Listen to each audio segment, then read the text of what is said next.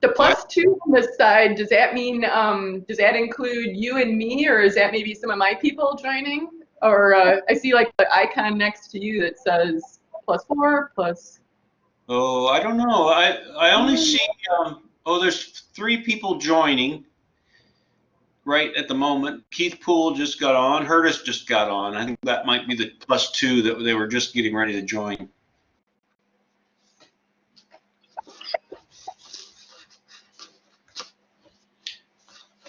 Tell me a little bit about how your semester started. Everybody's clearly virtual. Did you start on time? Did you start late? And what's the program here for getting through this semester? Well, we were given some choices about the possibility of trying to do some in-person stuff, but part of the issue is that we just didn't know how many people were actually going to be on campus, and there were a lot of question marks about, well, we could jump through a lot of hoops to try and figure out how to do in-person stuff, only to find out that most people aren't going to be doing in-person anyway. And another issue, I teach another class that's a studio class, so it's kind of like just the whole question of, well, how exactly do you teach a studio class online? Like, what do you ask someone to do? Yeah. Like literally, like what do the assignments look like, that sort of thing. So we've been kind of making that up as we go along, and we meet once a week with one another, all the professors, to just say, okay, so what's working? How's that going? Are people responding? We do have a function here that's called a discussion board. And so most of our classes now, we're asking folks, like for instance, for this class, I'm asking all the students to take notes of our discussions with folks like you, and then read through whatever material that has been given, and then for the midterm project, they're going to choose 3 people and take some of the key issues that have sort of come up out of those discussions and write a short paper about that. And then we'll do a similar kind of thing at the end of the semester, taking 3 or 4 different people that we can kind of pull ideas from and say, okay, well, here's some of the key issues that folks are addressing and struggling with as practicing professionals. And part of that has been, we've been trying to get as many black and brown practitioners as possible too. Because we're an HBCU, it seemed important to us to kind of see, like, well, what is it like trying to get into this profession as a black person, for instance, and what are some of the things that you've struggled with, and what are things that have gone well, and how has all that worked? So and I don't know if you picked up the Landscape Architecture magazine from August, but there's an article in there called The Twin Pandemics. And it's a group of 7 or 8 black practitioners that are all just kind of talking, not just about the COVID issue and how much that's affected communities of color, but also the longer term 400-year-old pandemic of slavery and all of the stuff that's kind of gone around that in terms of trying to open up opportunities for everybody. So that's been an interesting discussion. I would say long overdue problems that we've been aware of for such a long time. Yeah. And just entrenched, and it feels like the momentum behind just even the focus on it is so encouraging, because often we're talking to ourselves, right, and wishing for more diversity, more participation on all these levels. And so yeah, the call is real, it's important, it's crucial to get involved and to have people trained in the profession. It's no way it's going to change. That's right. Well, we've hit the magic point of 104, so I think I'd like to go ahead and just sort of introduce you, Heidi. Thank you again for being here with us. We're really grateful for your contribution to our program. I'm going to just do a little bit of reading here, and these are some of the things that I kind of pulled out of your resume from online. So you finished school in 1990, I guess, and then you did some practicing around, and we'll get into that in a little bit, but then you started your own firm in 2001 called Living Habitats. And I like your, I'll call it your vision statement, to understand and creatively express the needs and wants of humanity on the land, balanced with the needs and limitations of the earth and its inhabitants, its many inhabitants. That's a beautiful statement. Thank you. Well, I'm going to ask everybody who's on to silence yourself, if you don't mind, like Maria, and is anyone else? I think it's just Maria. So if you wouldn't mind just turning your microphone off, that would be great. Thank you very much. Just keeps the sound level down a little bit. So with every project, Living Habitats begins, we begin to meaningfully address the many environmental challenges we all collectively face today, facilitating both small-scale and large-scale projects to articulate beauty, functional integrity, and environmental improvements.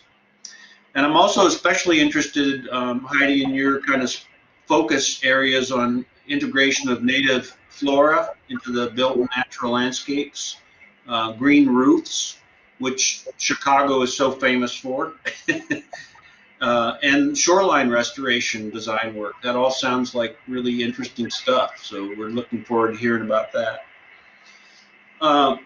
One of the things that I guess I kind of knew about your firm was your kind of focus on art installations, and I'd like to hear a little bit more about that. I don't know if you're the artists or if you work with other, sculptural artists, but part of what I love that you say is that landscape architecture is a form of installation art, working with living and non-living matter to create beautiful places. So we'd love to hear a little bit more about that and that whole approach to things.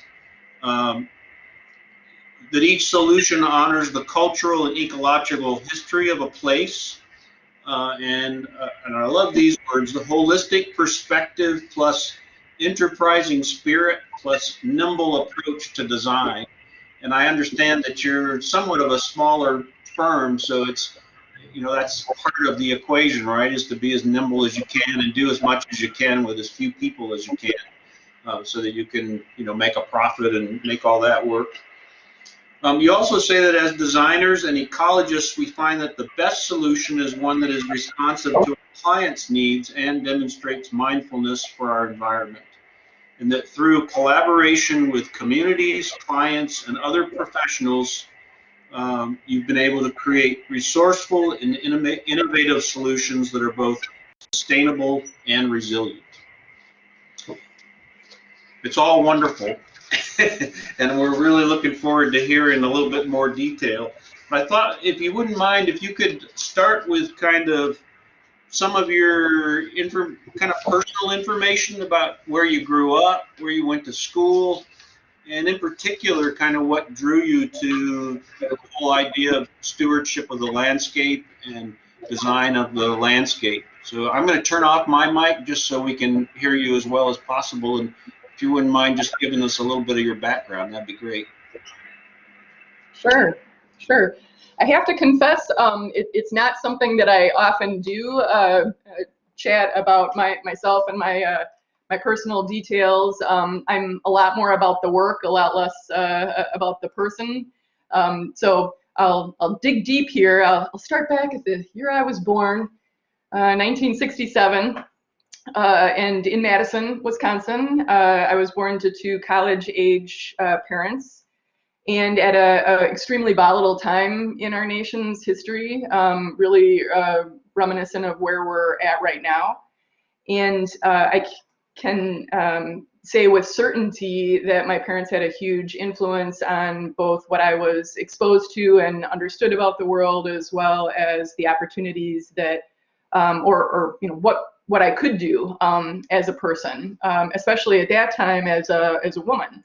not a lot of opportunities for women during the time that my mom was graduating from college, in her case in journalism, my father architecture. And so I had that professional practice type exposure, both as somebody seeing them do the work. My father was also entrepreneurial. He had his office in our home for much of my growing up years. So there was certainly an immersion there, whether it be from me being hired to do the, emptying the waste baskets and watering the plants, to eventually working up the runs and doing hand drafting for him and his business as, summer work. I actually more sad really was doing a lot of blueprints back when it was all ammonia based, so you'd be in this closet with all the ammonia. It explains everything, those were hard times. Yeah, those sepia prints didn't just happen. They took a lot of chemicals. Yeah. So at any rate, with that background in my parents' professions and sort of being drug along with them in both what they did as professionals, but also in their approach to their professions. They were really active in a lot of the political movements at the time. A lot of the environmental laws that we operate within the realm of today were established in the early 1970s, in large part because students and young people rose up and said, we expect to have a healthy world to live in, and what we see around us is literally a disaster, and we need to reclaim some lost ground. I mean, things could be worse, is the point I guess I'm making, in that my parents and their generation did do a lot of heavy lifting to even get a framework from which we can operate as professionals and hope to make a better impact in the land. So with their interest areas, not only in environment, but also in social justice issues. My mom was really active in all of the efforts to get women the right to actively vote and promote their own issues with the women's voter organizations throughout Dane County, and my father with architectural collaboratives that were focused on disadvantaged communities in Madison and how they could provide essentially pro bono architectural services to help elevate. So just that approach to life, sort of a give back, let's make it better, let's find connections across environment and people and see what the potential there is to continue to hopefully make new gains, new strides in reclaiming things that have been lost in our environment, frankly, and even at that time at a fairly rapid clip, a little alarming. So my personal experience where I maybe got a little bit of a land ethic, we grew up, or I should say I was raised in South Central Dane County, just 20 minutes south of Madison, on a small farm. It was a fruit farm. Some other folks ran that, and my parents had a house out there with a little bit of land to create savanna and prairie on. And so early on, I was brought into the mix of stewarding those restorations. We were given, snow shovels, and my dad threw a match on the ground, and we were told to make sure, it didn't get too far out of hand. So, that's when you just kind of did stuff. You asked forgiveness later, and learned a lot just through practicing and being exposed to those things. So that was a really grounded and rooted time for me in a place, essentially South Central Wisconsin. Geologically, it was on the terminal moraine of the last glaciation. There was a lot of connections that I established to that place, and it became apparent to me that I would want to stay in the Midwest and continue to have a career here, whatever that meant. And in this profession, your location is a huge determinant. And I can talk about that a little bit more too, but it's an early decision that you want to make or think about consciously as you're crafting your career. Do you like where you're living? Can you relate to the natural landscapes around where you're living? Do you know about them? Can you actually use them and implement them as part of the tools of your trade, things that grow in those locations and a familiarity with the environment? So making that decision, natural for me to go to UW-Madison myself. I enrolled eventually in the landscape architecture department. Even with all of that background that I told you about, I still arrived clueless and wandering and without real certainty about what I wanted to do.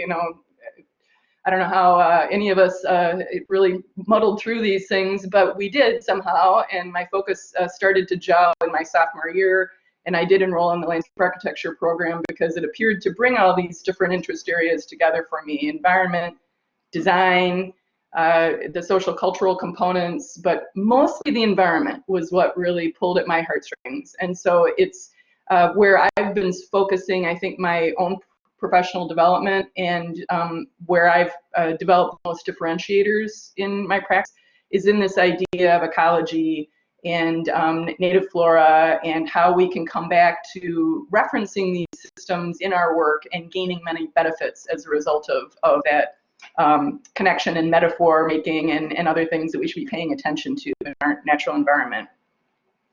So enjoyed college. Can I ask you a question about your professors? There's one fellow in particular, I want to say Philip Johnson. Am I making so? There's a professor there that did a bunch of work around the whole glacier moraine thing and the regional landscapes and all that I heard speak at a national conference once and was just fascinated with.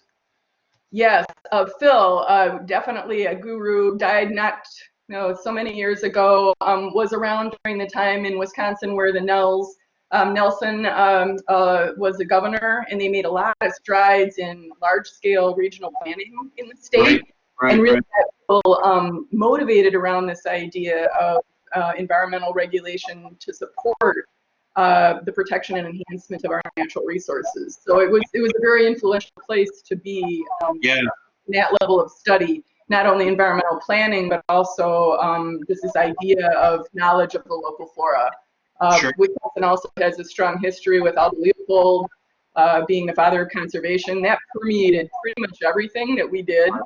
And other notable botanists like John Curtis really laid the groundwork for us to have a pretty decent command if we were so inclined. Again, if this was the area that we that kind of stirred us, there were a lot of resources to get good at that during college. That's funny you mentioned Aldo Leopold. That might have been the very first thing I read, maybe even in high school, where I said, I don't know what that's called, but that's what I want to do. Something around stewardship, and we've got to take care of this better. We've got to own it. We've got to actually take responsibility and figure out how to fix things. So that's really cool that you had that. Profound, I think, legacy is around a land ethic and truly respecting the land and the role that it plays for us versus just assuming it's something that can be taken and manipulated without consequence.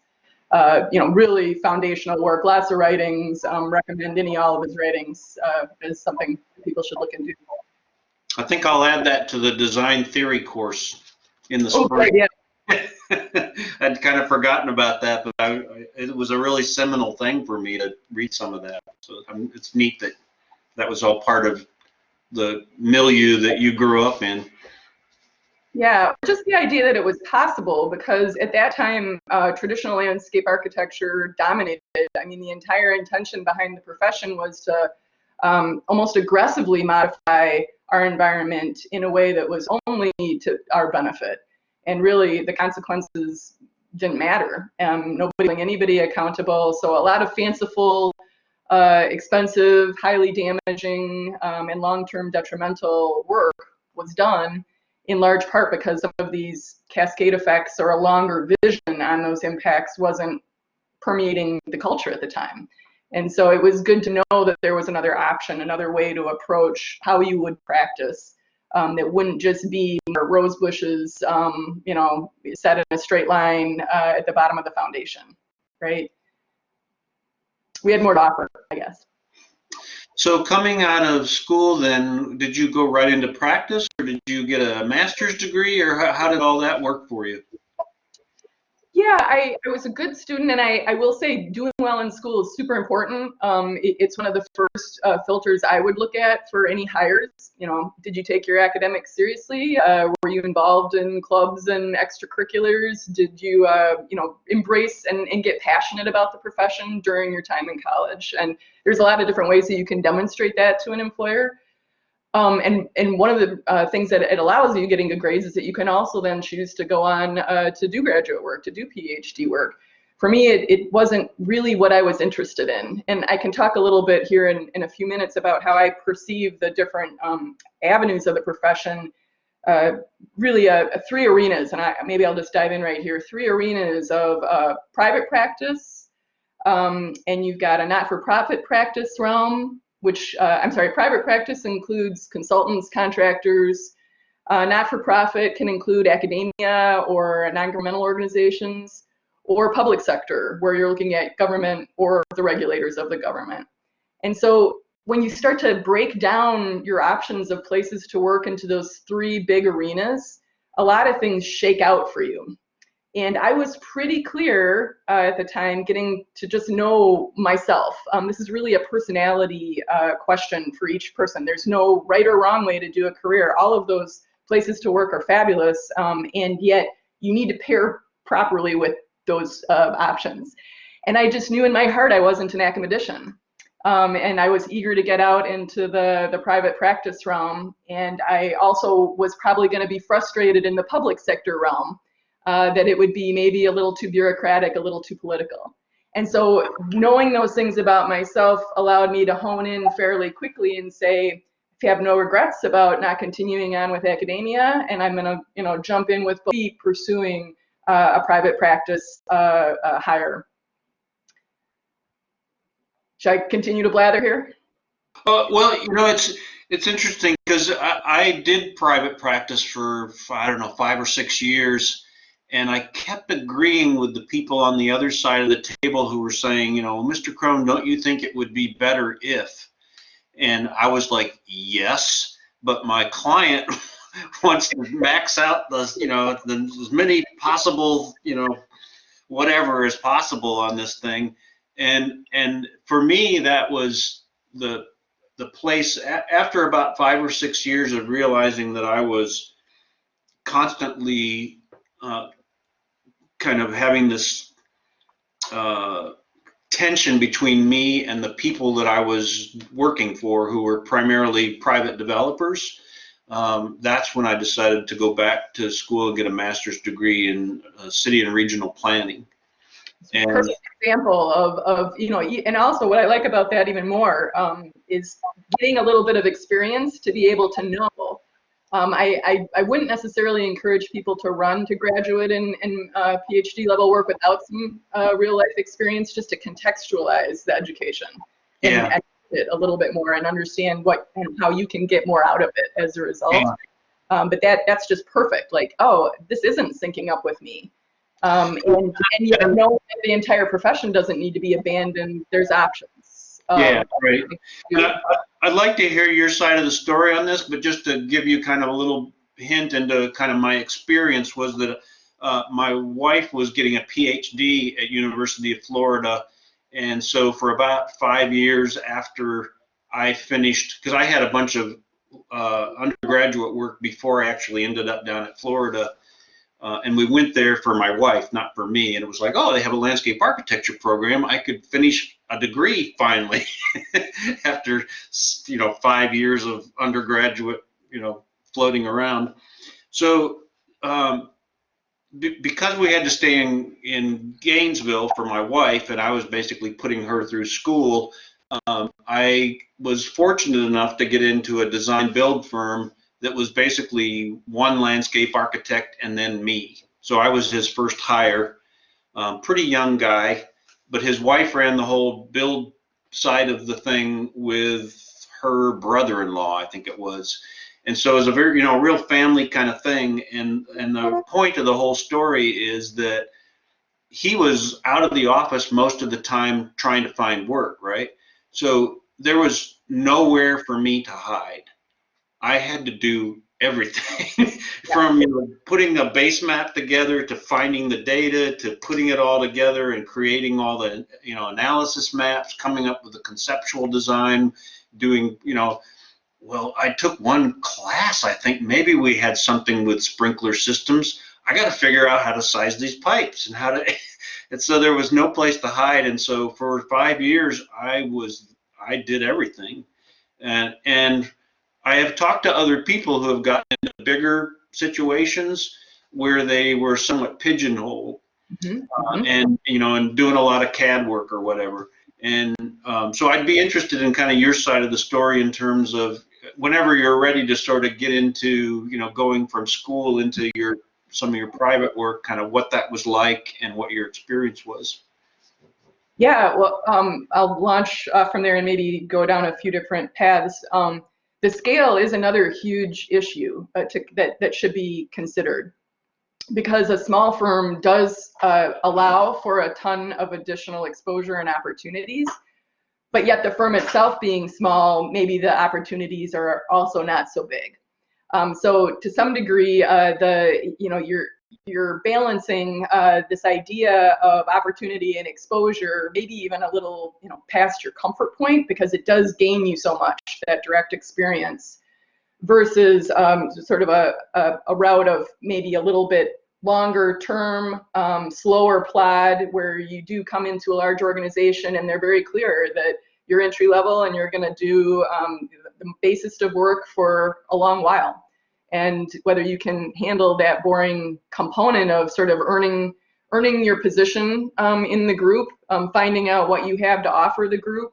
Hopefully it's something that they can latch a hold of and say, yeah, we want to keep and develop you. You're kind of selling yourself sort of all the time, versus that other example that you use. Gosh, I don't think that guy would have let you go if he had the option, right? Yeah, he needed you. So in all cases, there are pros and cons to every job, every position, and it's being aware of where you are and where you might want to be and how you can balance that path. And not necessarily settling if you're not happy, because there are other options. Yeah. So what was your road like getting out of school? And you mentioned earlier you went to JJR in Chicago. Was that right out of the gate, or did you do other things first? It was right out of the gate, and for me that was again one of those conscious decisions that I made. And I'm not sure I got good enough advice to be making these decisions. It's one of my biggest things that I can offer all of you here, is to be thoughtful and consider the choices that you make and the steps that are before you, by looking into and researching things and being proactively thinking about it, versus just letting life kind of happen. Making some of those key decisions early on, that I did want to be in the Midwest, that I was interested in private practice, and in this case, the next step, in a larger firm, because I wanted to get the exposure of larger projects. I could see from my father's experience, he was a smaller entrepreneur, that there were many downsides to small businesses. It was kind of a painful place to be most of my life, honestly, kind of on the edge of survival. And so I saw many things that I didn't want to repeat, because they just weren't fun. So to the degree to which you could learn from that experience, in my case, it meant making a jump into something that was bigger, theoretically more stable, to get me that comfort level and exposure that I really needed. But the reality then is, if you're at all entrepreneurial, or you like to have autonomy and self-determination, that the large firms really have a pretty low glass ceiling, that it can take you a very, very long time to move up the ranks or get other opportunities. And it was nice in this particular case, in that JJR was opening up a new small office. And so we got a bit of the benefit of the small firm and yet the larger firm framework, and then could interface with the larger firm in many situations. But I was starting to hone in then on like where was I comfortable in terms of scale of operation and where I wanted to go. And I was fortunate at Johnson Johnson Roy to meet my next boss, who at that time was a senior associate. And maybe I'll backtrack one step here that's really important. To get that job at JJR, I had one network connection at the organization, and I leveraged it heavily. And so it's such a key component that you've got to build your network amongst yourselves, amongst potential employers, and then once you're employed, among potential clients. It's just a never-ending cycle of networking, and you'll never do enough of it. And a lot of it is just chance meetings.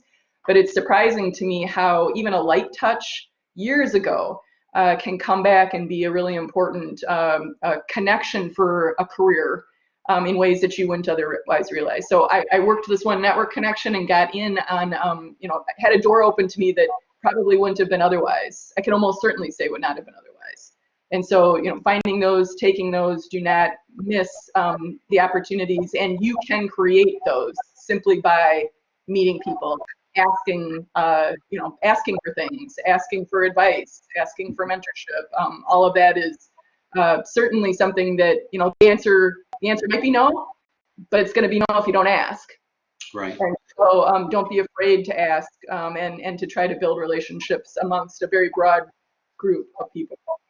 So if you don't mind, I'd like to just insert a couple of things for the students here at this point, because it's such an important one. Number one, part of this whole class is about that idea, starting to just provide opportunities for our students to make connections with practicing professionals.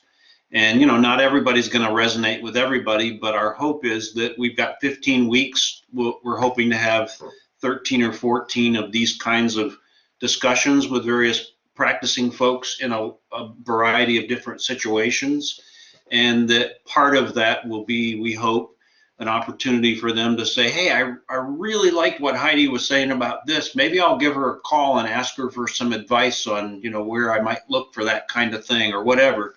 So if you don't mind, we're gonna we're including your email information, for instance, in the stuff that I'm putting on the Blackboard site, so that if folks want to follow up with you, hopefully that'll be something they can do. I have yet to meet a professional that I respect who's not willing to pay it forward. And certainly we all have limitations, but when we can say yes, we try to. Yeah, okay. And then the other part of it that we've been talking about with our students is that at some point we're hoping, over using this opportunity and other opportunities that we've created for them, we're hoping to also identify some places where internships might be available for the summertime between their junior and senior year. So that's the other thing. So sorry for the little interruption, but I just wanted to make sure that, kind of remind our students that that's part of what we're trying to do here, is begin to help them create those kinds of networkings. I am curious, was this something through your dad as an architect, or did you go to some national meetings, or like how'd you make that connection? It was one of those 6 degrees of separation chance connections. That was it. I mean, just good stuff. And therefore, pay attention when they present and take advantage of it. And so with that I was able to be exposed to a large number, 100+ person firm of incredibly talented, high caliber professionals, and got the opportunity to see what it meant to practice at a high level and to deliver on big time, big scale projects. And all of that information, in my humble opinion, can be translated down to even the very small projects. They aren't necessarily done to the same level of rigor, but the steps, once you learn the bigger piece of it, can be applied. And also you start to understand what it really takes to generate the work. You don't necessarily need to have the umbrella of a 100-person firm backing you up, but you need some talent, and you need some capacity, and several things become very clear. What's maker and breaker, or what's going to make or break you in a business setting. So there I also had this chance, like I said, to meet my second boss. Jim Patchett was ready to start a company of his own. He was feeling the glass ceiling himself as a senior associate, and wanted to bust a move that by forming Conservation Design Forum that focused almost exclusively in this arena of sustainable development, which was pretty new at the time. This was the early 80s or 90s. And it was just starting to enter the lexicon of actual developer type opportunities. People mostly would have not even considered it before, but whether it was a combination of regulations or just an idea to start being more sustainable in our approaches, we found some purchase and ability to market these services, these very much more narrowly focused landscape architectural services throughout the region. And the Conservation Design Forum was in business until just recently. They merged with another organization, so they've served a really important role in this area for many years, and I was able to work my way up the ranks there. Okay. And it was from there that I decided I wanted to have my own leadership role in the profession and to bust out in 2001 to form Living Habitats. And was the Conservation Design Forum, was that also in the Chicago area? Yes. Okay, so you still stayed kind of Midwest, that general realm.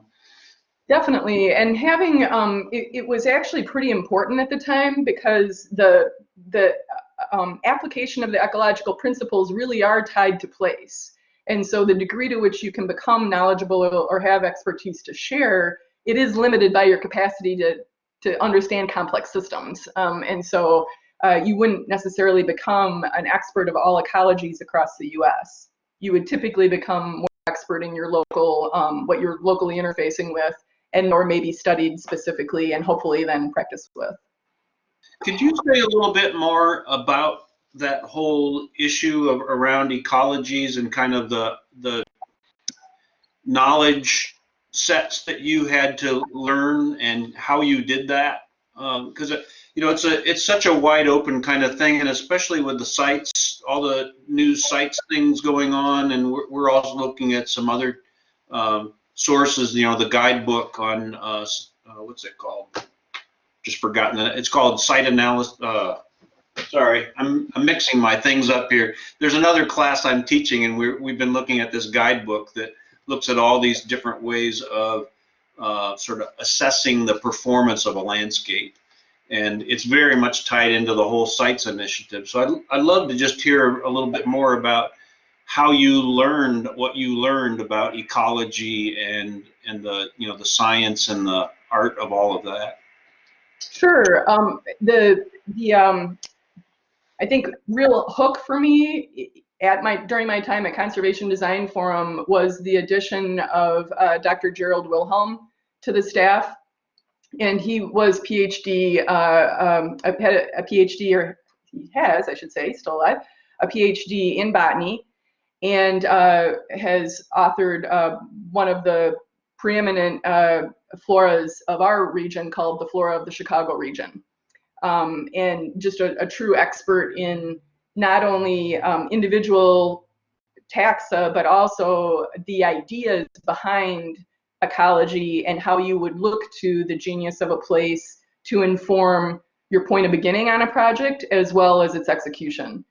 And I do have some examples to share that thought process with you in terms of some of the projects, assuming, yeah, we'll get to some of that. So, so what was it like starting your own firm? Was that like scary or fun or all of those things? It was super scary, and I don't often tell people this because I think it doesn't, you know, it's personal. It doesn't really pertain to my business as an operation, but it was also a very personal motivated decision.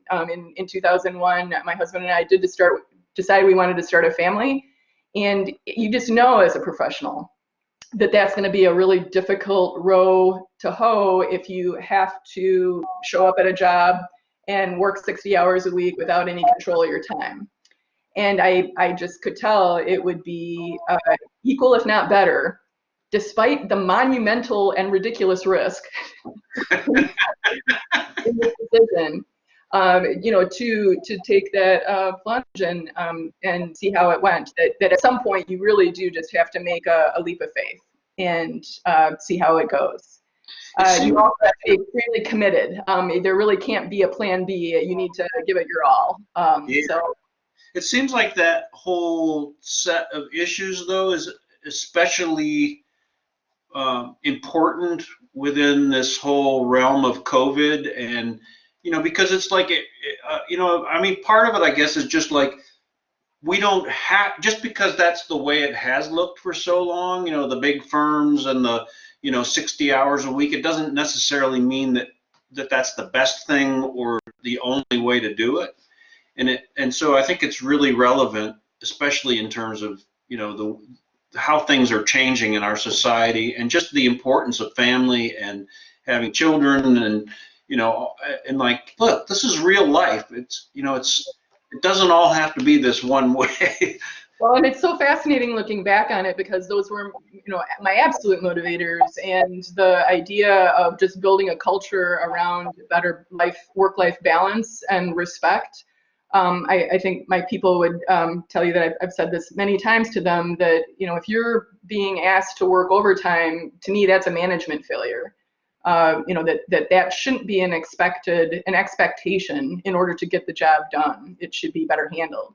And that we fall into these traps of in fact, we are artists on many levels in the work that we do. And so the end is, there's never really an end point to artwork. You can continue to work it indefinitely. And as a result, there tends to be a ton of competition about just putting in the time, ridiculous amounts of time, and not necessarily to any better outcome. And so I personally really challenged that from how I wanted to operate myself, family business balance, but also trying to encourage even just the option for flexibility within the workday, you know, amount of when you would start or not. And why were those things not on the table, or even part-time work for a period of time? That literally even the simple stuff wasn't even an option a mere 20 years ago. And Yeah. encouraging, because we can make those changes easily. Yeah, and I think that's one of the great values of the millennial generation is just an expectation that we should be more flexible, and that, you know, and that I don't have to stay in one place my whole life, or even for more than five, you know, a couple of years, you know. I mean, there's something to be said for loyalty and, you know, really working through a bunch of things with other people, but I do think that there's plenty of room for us to rethink how we do things, and it's especially nice if you have the opportunity to do your own thing and really create it in your own image. That's really a great opportunity. I would love to hear a little bit about kind of how things have unfolded for you since 2001. You know, maybe just like what kinds of projects you started to take on, and how things have sort of opened up for you, and you know, and then kind of being able to hear a little bit about your approach to the profession as in such an artistic way, in combination with all these ecological principles. So can you just tell us some stories about kind of how that's unfolded for you and your husband? I guess your husband is part of that business with you? Yeah, he's not a practicing landscape architect, but involved in the operational components of it. And it's certainly, you know, we can't underscore enough that supportive family is just crucial. This wouldn't have happened without him supporting the whole process in many ways. And I know that goes for other partners of other, you know, it doesn't happen alone. It takes a village on all fronts. In 2001, the opportunity that laid before me was part of networking as a professional, and meeting and interfacing with people in our broader marketplace. And in this particular case, during my time with Conservation Design Forum, I had been introduced to senior management at the Chicago Botanic Garden. And that was an opportunity for me to establish credentials and a knowledge base and a performance base that was acknowledged and respected, and then in the future sought after.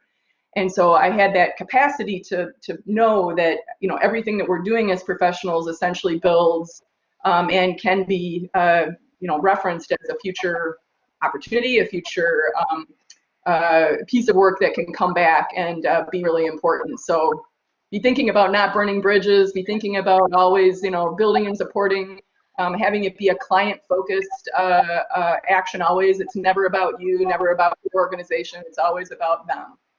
And so that's how you build an idea within a marketplace that they want you.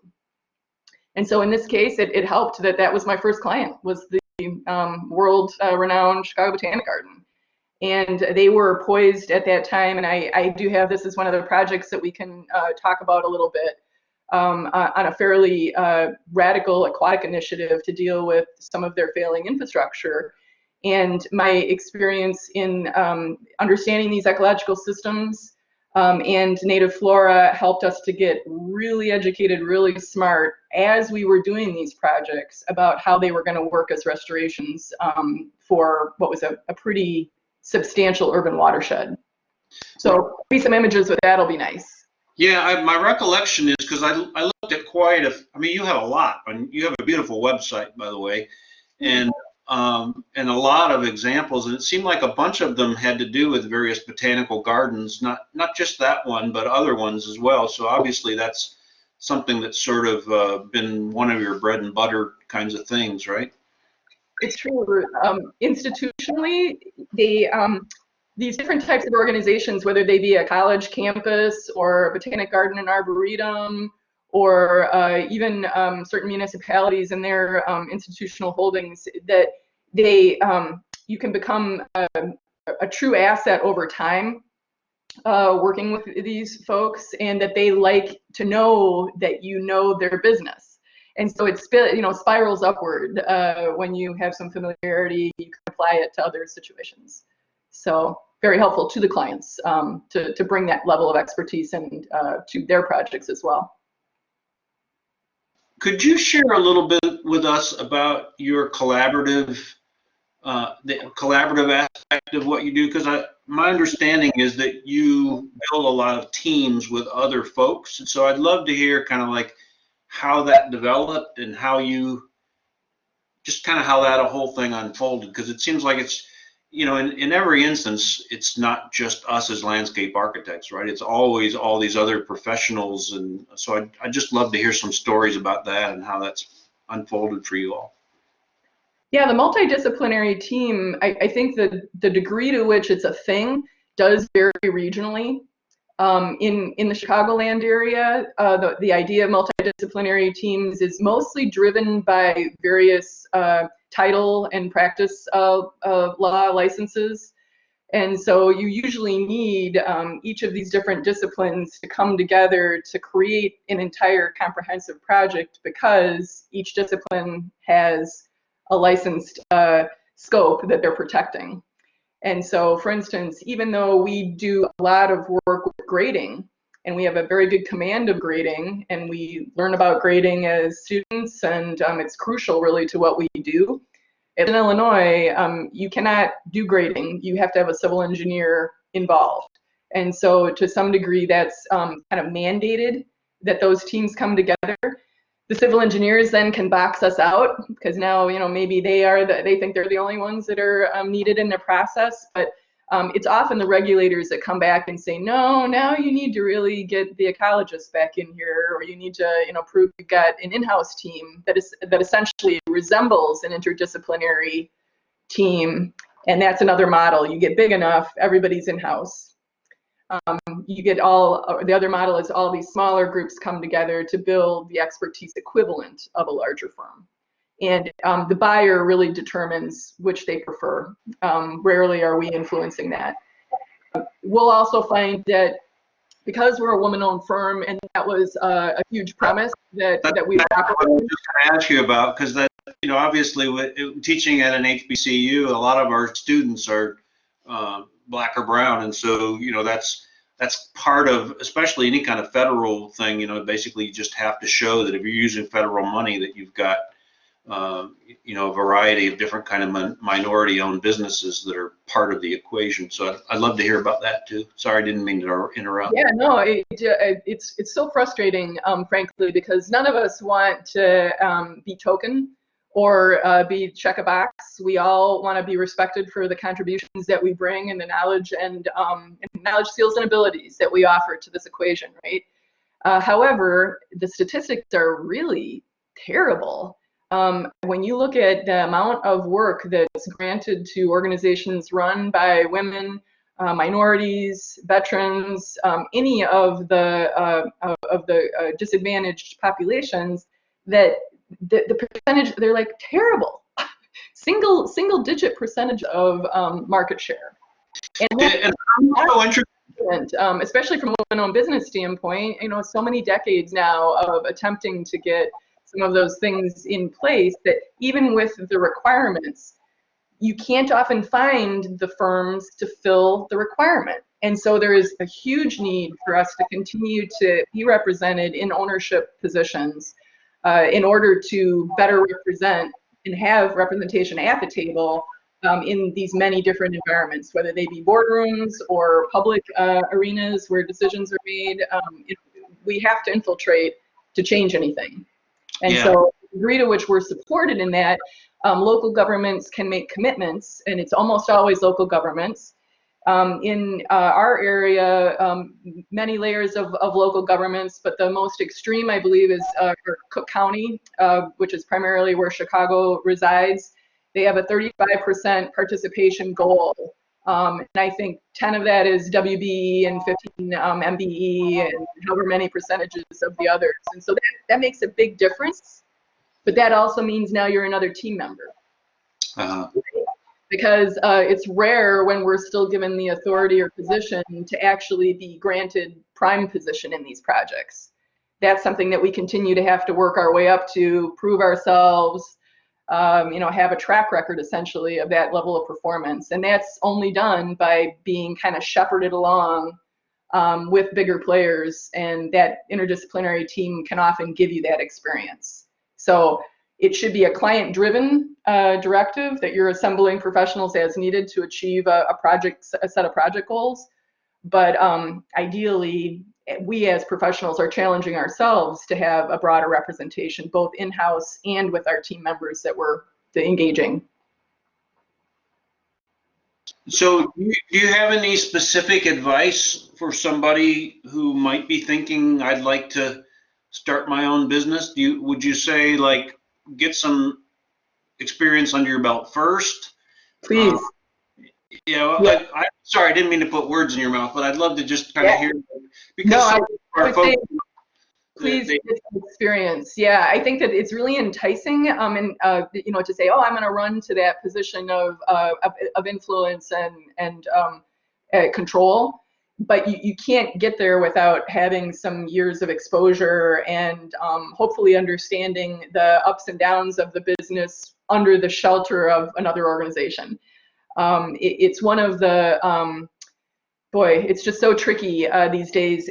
I don't know if I used this word before, but new businesses, the statistics are just grim. Hardly anybody makes it. Of all the businesses, hardly anybody makes it to year 2. Across all marketplace, this isn't just like our business, this is all new businesses. And so it doesn't really matter the realm of entrepreneurism that you want to go into, the stakes are really high against you. And so having everything that you can to empower you, and oftentimes needing to be forced into the situation, under duress almost, or just saying, gosh, it has to be better. My option here, even though the risk is high, has to be better. But I haven't just jumped in it thinking it was going to be easy, because that's not the case. So how much of it is sort of experience, and how much of it is actually having kind of the client base of people that have worked with you already? I mean, I know there's got to be some kind of like non-competition kinds of things when you leave from one thing to another. But on the other hand, it's like at some point you have to say, well, look, I've been doing this for you for 5 years. You know me. I'm starting my own business. I sure hope you'll consider, hiring me in this new position, as my own boss, as opposed to working under, whatever the forum or whatever. So yeah, I think, and in most cases, people aren't discouraging that. There can be certainly proprietary type concerns. The absolute golden rule is you don't steal active clients. You don't walk out the door with people or work. That's not cool. That will come back to haunt you. Even if you don't have a signed non-compete, non-disclosure type agreement with an employer, you just should have a higher ethical bar than that in general. And then that speaks to, you have to have enough grounding to be able to get the work, because the true essence of successful business is cash flow.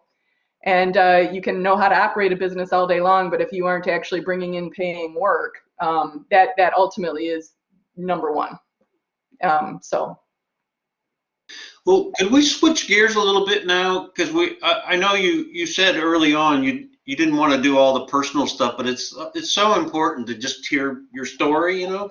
But if we could kind of move towards some of the specific work that you do, and if you'd like, you can share your screen with us, however you'd like to do it. But we'd love to hear.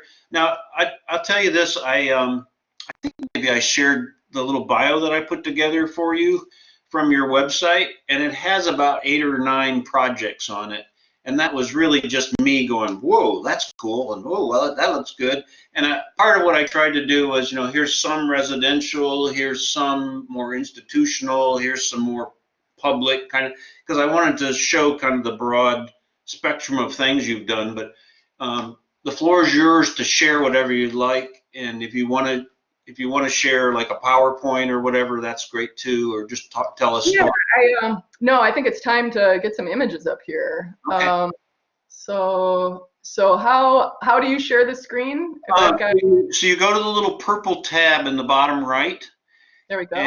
And then you hit the little square with the right-hand turn on it, and then it says Share Application Screen. And then that should open up your screen, and you have to click on that and then hit share in the bottom right again of the black area. And then you can pick what screen you want to share. And, you know, like for instance, you can go to your, yeah, there you go. All right.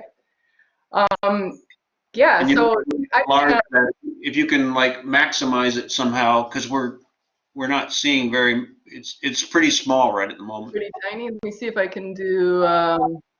Like if you go to read mode, then it shares just.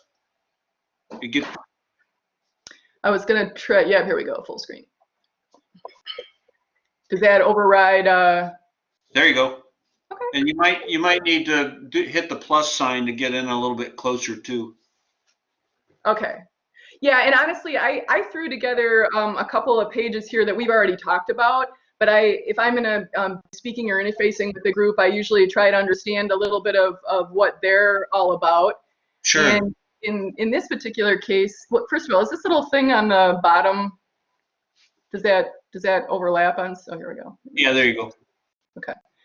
I just wanted to take this opportunity for seniors in particular. You know, just on the university's website, your program is synopsis is really nice. All of these things are things that we aspire to as professionals, and the more it starts to sort of sink in, or you know, come to your conscious thinking that these are the things that you will be doing. You know, it starts to get real. It starts to get exciting. And it is also, from a professional standpoint, really great to see the mission and how you're trying to promote a broader representation in the profession that we've known has been, you know, terrible for a very long time. Yeah. How do I advance here? Let me see. Is that a PDF you have? This is a PDF. Yeah. You could try just like your right arrow. I don't know if that works. Let me see. It's not working. Any of that. It may just be thinking. Let me see here. Stop sharing screen. We didn't try to do this, did we, before? Advance something. I just closed. So this makes it really small on your screen? Yes, but you could always kind of zoom in on it. Okay. Yeah, let's try this, because that wasn't working. Okay. We'll see here. I just wanted to summarize that I put down a couple of thoughts that we've already talked about for you guys. Just, hey, what insights can I impart to you about how you should be thinking about your process? And as we discussed, geography, you know, who do you want to work for, and thinking about the different types of employment that you could have. They're extremely varied, and this whole idea of networking, and most importantly, really being tenacious about your process. getting a plan together and sticking to it, implementing it, not taking no for an answer. Many people will swear that the key to success is simply being willing to hear no until it's not. And that could be for a very long period of time, but that tenacity is a pretty important part of the equation for success. Heidi, will you be able to share this file with us so I can put it on? Okay, that'd be great. Maybe after we're done here. That's what I was thinking. Okay. And I'm not sure, the zooming in and out isn't going to be great. Is this like even close to being readable at this scale, or because if we've just got images, not really text? Yes, that's fine. It looks good. Okay. So I'm going to present 3 projects, only one of which is on the documentation that Paul pulled together for you. Those projects are older, and these are some of our current work, and they cross over, though, from being work for clients that we have been engaged with almost nonstop for 20 years now. And the Chicago Botanic Garden had a number of really crucial problems that they were looking to address and improve upon. And we're looking here at a condition that they faced on almost 6 miles of shoreline, around 60 acres of lake, and fairly problematic for them from the standpoint of losing infrastructure, having poor water quality, and not really communicating their mission as an organization. What they really wanted to do is demonstrate this, the many miles of restored shoreline that we've come up with as a counterpoint to that condition.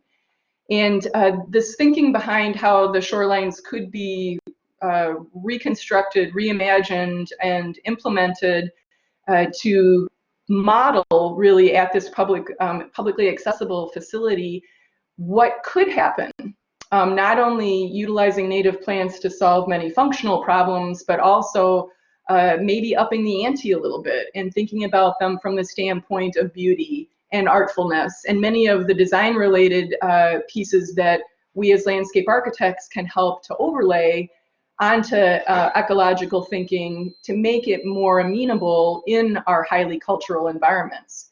We don't need to recreate these pristine settings in our urban areas. We simply need the functional aspects of them to be re-engaged. And the need is great. This is an image of one of their lakeshore areas, and in the middle you can see a bridge crossing, and this is on just a regular summer day. And that same shot at flood stage, when the lake itself was taking on almost a 100-year storm event. And that this facility needs to serve that flood storage role regardless of what else is going on.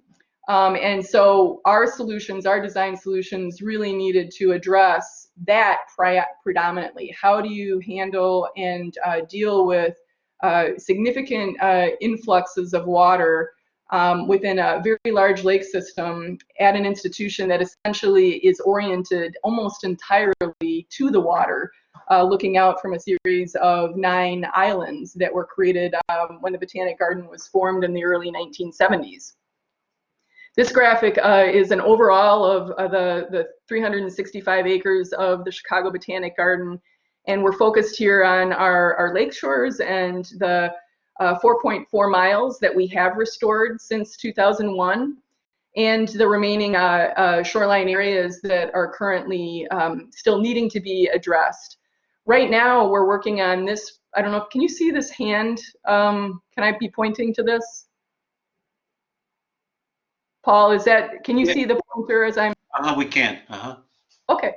So this is an area where we're currently working right now, and it shows that these large-scale projects that have large goals environmentally often need to be addressed over many, many years for financial reasons, for logistical reasons, and so that what you're seeing here in green has been realized over no less than 5 distinct projects. And this current area is another spot where we can isolate with cofferdams, essentially, in the narrows of these lakes and address their conditions in isolation. And we would have done that in a couple of different spots over the years and had the capacity to truly revisit large acreages of water. So Heidi, I have one question about that. Well, I have several. The main one I'm thinking about is it seems like so much of what we need to do is not just kind of the big picture, but also getting down into phasing of projects and prioritizing, like where do we start and why do we start there? So I'm assuming that was all part of the discussion that you had many years ago when you first started all this.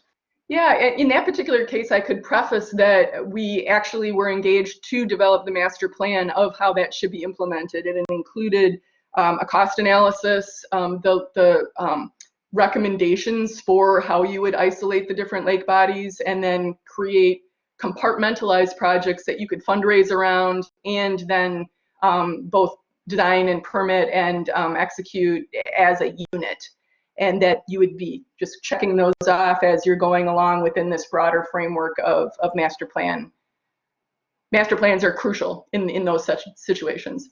What a wonderful opportunity that you were given to get in on the kind of the ground floor of all that and really. Yeah, maybe to bounce again, I mean, I would not have had that opportunity even a little bit if I hadn't started to focus in on this area of native flora and becoming somewhat of a resource as to how it could be applied in the environment, especially in these contrived settings that have some relationship to the natural world, but for the most part are really just man-made ideas that often relate not at all. And so on this slide that's up right now, it's one of the big ideas that we try to communicate to our clients is that plants that are native to an area had an origin and a happy place, for lack of a better term, where they like to be in the landscape. And that if you intend to utilize them for your functional gain, you should probably understand what they need and how they grow, especially as an assemblage of species that create, in our Midwest setting, these 4 primary different plant community types.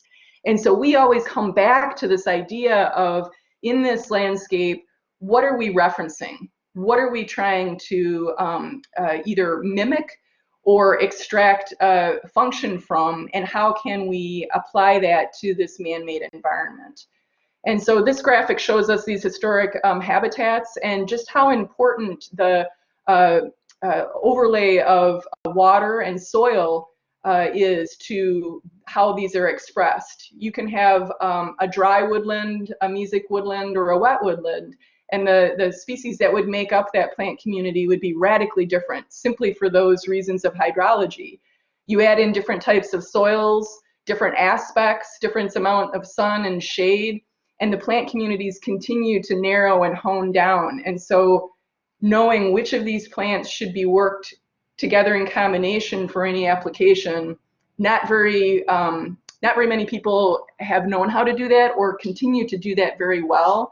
And so it's just one example of how you can become a valuable resource by developing a knowledge base that appears to be in demand in the marketplace. Part of what I love about this is that we're so used to talking and thinking about plant palettes, but to think about habitat palettes based on historic,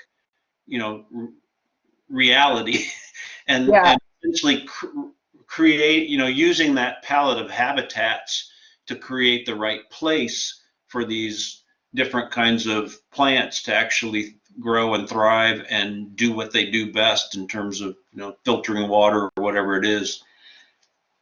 Beautiful.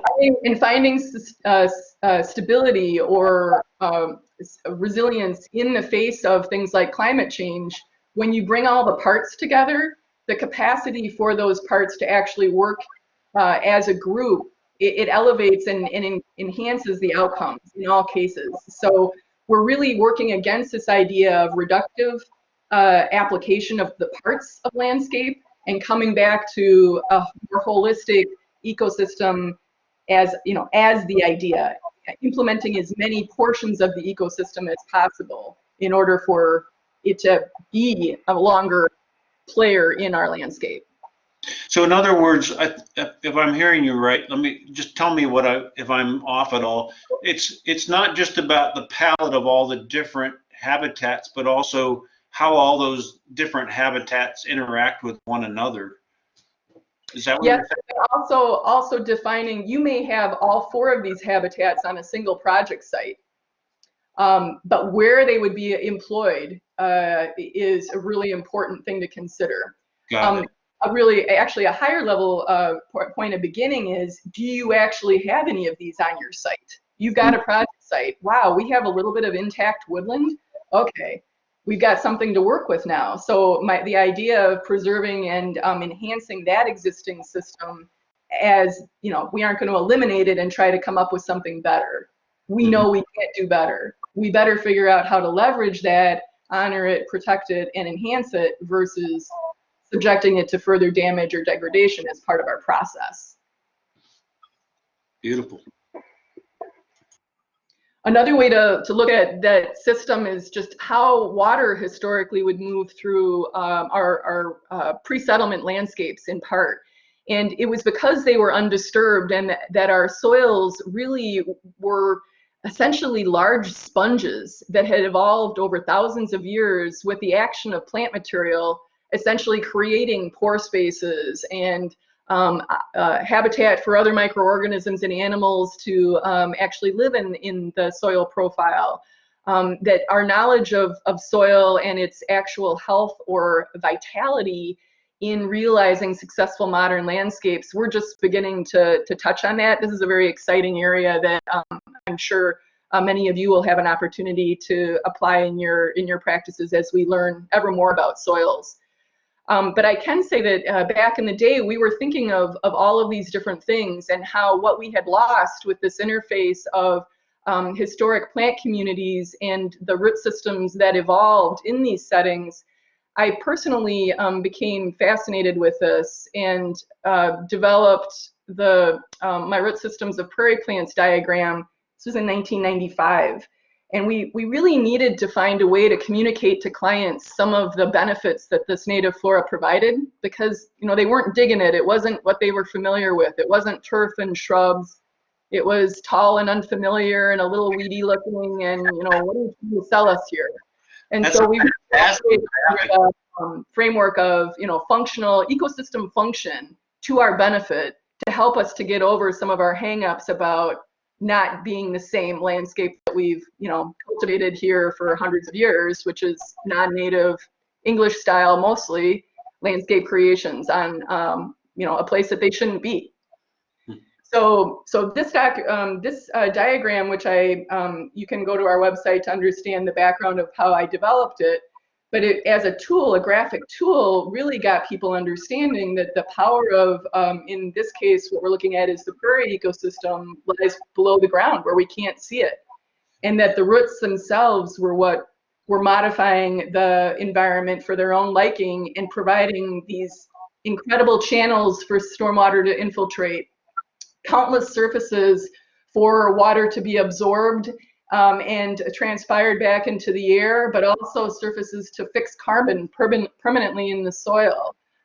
Just a long list of benefits that you started to get more by seeing that 2/3 of the plant material was below the surface. But we took it a little bit further in that, okay, now we're starting to see and believe that these subsurface structures actually have the power to do real work for us, potentially in the green infrastructure environment. We're particularly interested in this near root zone area. Our morphology of interest is the surface area of the root biomass. How can we maximize that in areas where we're facing a lot of erosional pressure from water? Can we find ways to use those plants to stabilize and improve upon those environments? So making a happy place for these plants was job one. And we determined that in these aquatic and nearshore settings, that man-made environments tended to have extremely steep slopes. And on this graphic, let me see, I think I've zoomed in a little too far here. On this graphic, this back line here is often what you'll see on the shoreline of a detention basin or an urban lake or pond. Pardon me. And in nature, there's really no parallel to that. Most water systems have very long, gradual, beach-style slope relief. And so the degree to which we can create a much shallower, less flashy, less unfamiliar place for these native plants to be, the more likely they will continue to thrive and then serve us this important function of locking into the shoreline with those deep roots and keeping these what were eroded shorelines now cloaked in beautiful habitat. There's a lot of other details in this cross section that we could get into that relate to stone. This is a visual cut through at the Chicago Botanic Garden of that cross section realized. On the leading edge of it, we're using stone to help break the waves as they're coming into the shoreline. The idea being we're trying to predominantly stabilize this zone that used to be that ugly slough face. We're building it out now in a nice shallow way. We're adding some structure, some perforated geoweb, and some mesh on the surface to help us with the plantings. We're taking advantage of dewatering these lakes, isolating them, and doing this work in the dry in order to also remove unconsolidated sediments from the bottom of these lakes. So big time projects that involved a lot of permitting. You don't just remove a 7-acre body of water without a lot of conversations with a lot of people, but you get permission to do those things because you're promoting a better vision for the future. And this is an example of that cross section planted. You can, in the first few days of being planted, and then the water coming back up to what would have been a normal water line right in this area. And so we're transitioning these shorelines now on much shallower gradients with a shoulder to shoulder disposition of several prairie and aquatic habitats that are stepping up out of the water and into higher, drier ground. And this same view, a short year later, looks like this. And these plants in systems are naturally irrigated. In a place like the Chicago Botanic Garden, you're taking care of these plantings and making sure that they look beautiful. And so the potential is really here to significantly improve upon what people think of as being, sort of ugly urban lake shores, and significantly expand the natural habitat that might otherwise be found in urban settings. In this, you can just see monitoring ongoing. Lots of science can happen in these zones. Lots of animals inhabit them, really increasing the value to the community. There are certain places in constructions projects like this where you just can't have green solutions. You need to actually also do some hardscape design. In this case, a stylized terraced wall that built off of 70s infrastructure. This is just an example of how you really need to be able to bridge a lot of different expertises in a single project often, and make sure that you're bringing in support as needed. In this case, we would have had structural engineering support to help make sure that everything was working both in that lakeshore area, but also for stability reasons, and interface with this existing bridge. Other places, if you're looking to work, in this case, with the Japanese garden, we might need to have a stylistic tip of the hat and think of different ways to utilize native plants that actually reinforce other goals of your client, in this case, honoring the Japanese garden style aesthetic. But ultimately, our motivation was truly in increasing the habitat value of the shorelines. And these projects have been standing now for ranging from 5 to almost 20 years.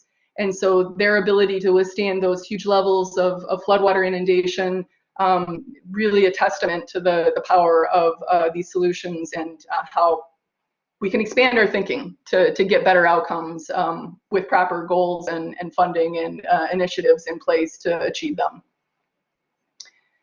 So I can move on to another project. I don't know how we're doing on time, or I think I have another 10 to 15 slides here. Yeah, that sounds great.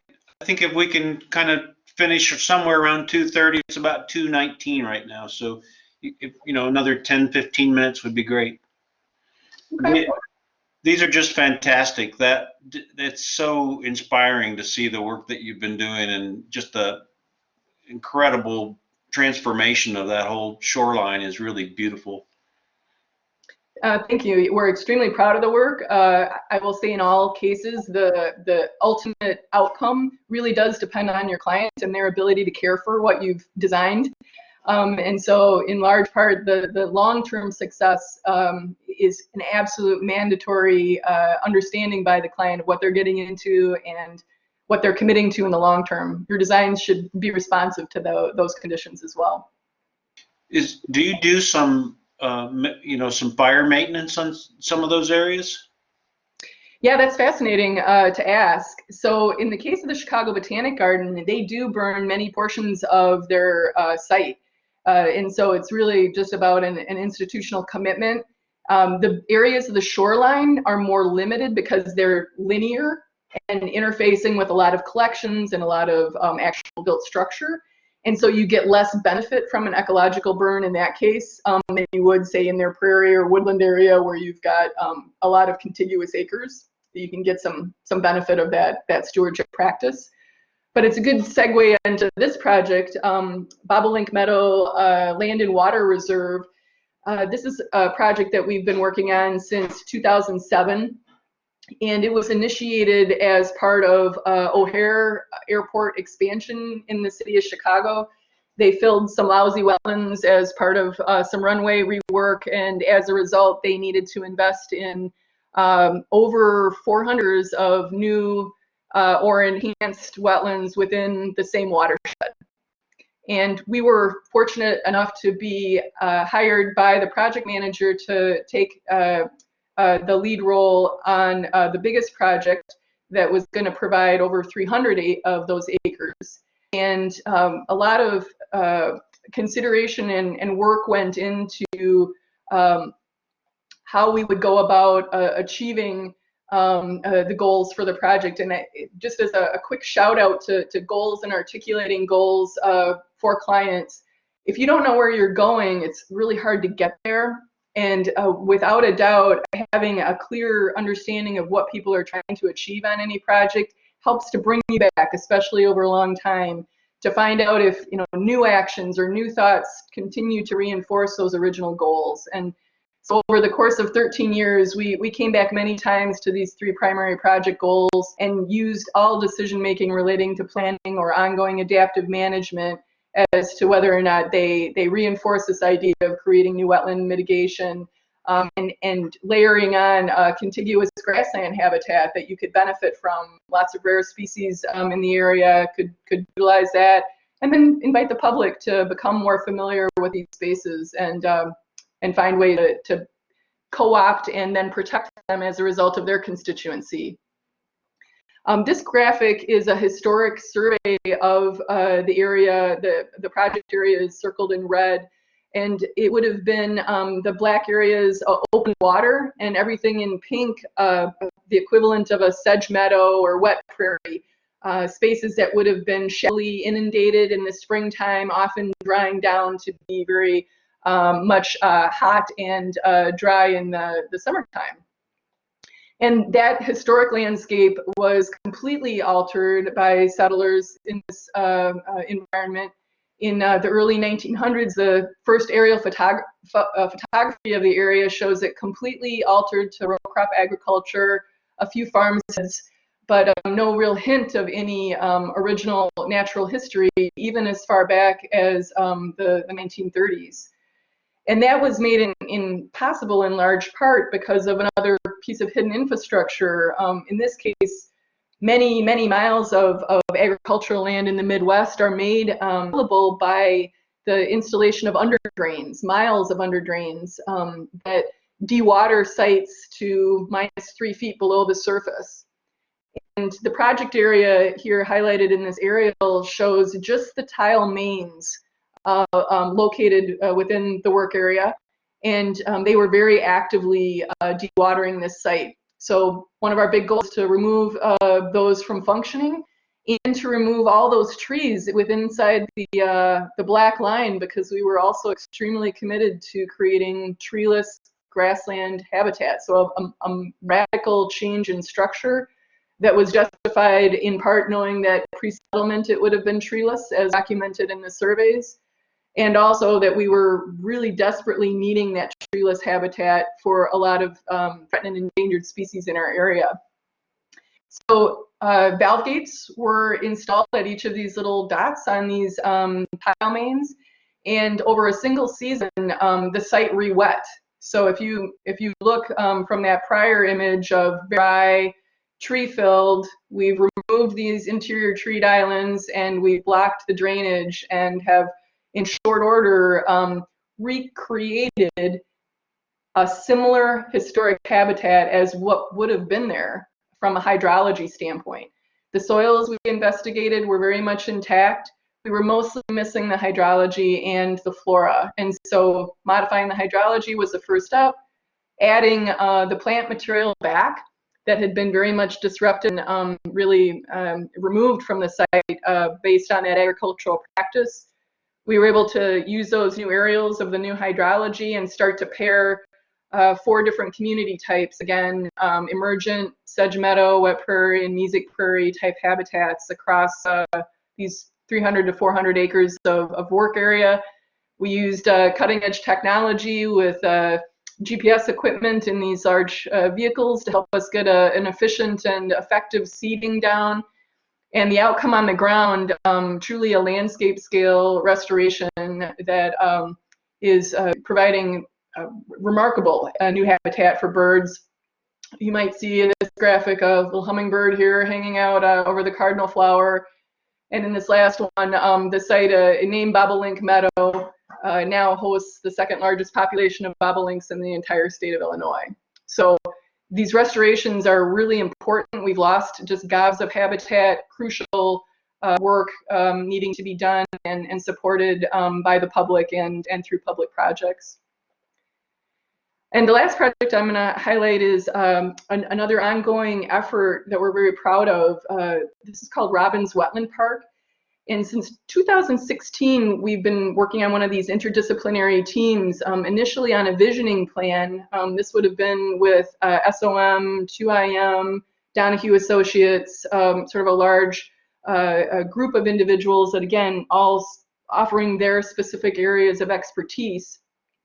And our role bringing to this project was truly that ecological thinking. How could we address an inherent community problem with the assistance of our client, the Metropolitan Water Reclamation District, who was charged with addressing places that flooding was pernicious, persistent, and had the potential of being mitigated with green infrastructure solutions.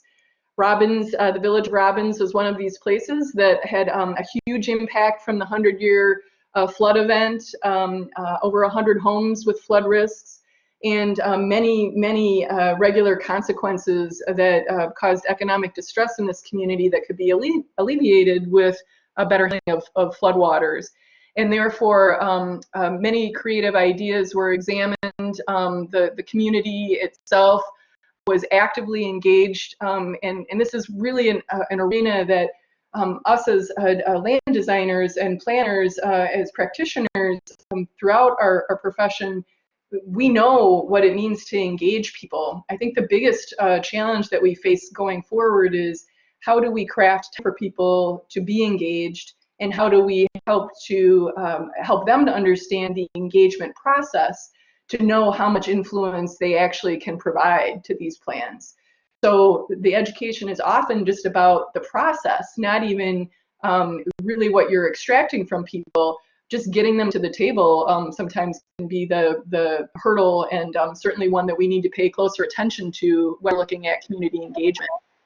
To that point, Heidi, have you experienced a sense of, oh, we tried that before, we don't really think that anything will come of it? Oh gosh, yeah. Yeah, it's just apathy and totally justified. There's a lot of grand plans that are bantered about, And I don't know that people appreciate how difficult these projects are to not only envision, but to document, permit, implement, and how much time and resources they take, that especially as we're coming to be a shorter attention span culture, that becomes ever more perplexing to folks. And a lot of plans, I think, just sort of die on the vine, that they aren't shepherded through those last steps, that tenacious piece isn't followed through on, or the final implementation. The ideas are there, but the funding isn't secure. Nothing is more heartbreaking than having a plan ready to go and nobody stepping up to help implement it. So yeah, you need to set expectations in a way that people aren't disappointed, and find ways to encourage participation beyond what we've already accomplished, which honestly has not been much. It's discouraging, even when you're making outreach, how few people can even make these events simply due to their other life obligations. So we need to get more creative about how to engage. One of those ways that we did that in Robin's project was in reaching out to the school kids. And bringing those conversations home with them about the possibility of the park and their ideas, really trying to work through the full demographics of the community and inspire the next generation that maybe isn't as jaded and is a little excited about amenities that they would love. And seeing that engagement and excitement has been a truly satisfying part of the project for our team.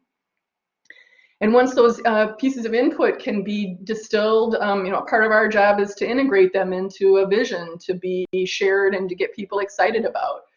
So something like this would be many years off into the future, when the trees would be getting larger and people would be enjoying the landscape. But seeing ways that right now what's essentially a wasteland could become a transformative amenity for community really, I think, does offer that bit of hope, and that people are trying to pay attention to the degree that they can. More people just need to hold the broader group accountable to having these things happen more broadly and in a fairer way. And I think with that, I have a few other specifics about how the project went along, but being at the end here of time, I think I'll wrap it, and if there's any questions, love to entertain. Fantastic. I think it might be best if you stop sharing so we can get back to you. Okay. And we'll open up the floor for anybody who'd like to ask any questions of you, Heidi. It's really been magnificent to see that your work and to see how you've taken these ideas and actually applied them in the reality of various situations. It's fantastic. Thank you. It's I've definitely enjoyed my career so far. I've been very blessed with always having great people to work with and surrounded by. And I do encourage people to get involved. It's an exciting profession, and you can really make an impact. But you got to be in it for the long haul, and you got to be. It's not easy. If like everybody would do it. But I'm just so glad to know that people are continuing to be made aware of the profession and understand what an important profession it is. We need more of us, and we need more respect and application in the field. To the students that are on with us, do you have any questions or anything you'd like to say or ask of Heidi while she's here?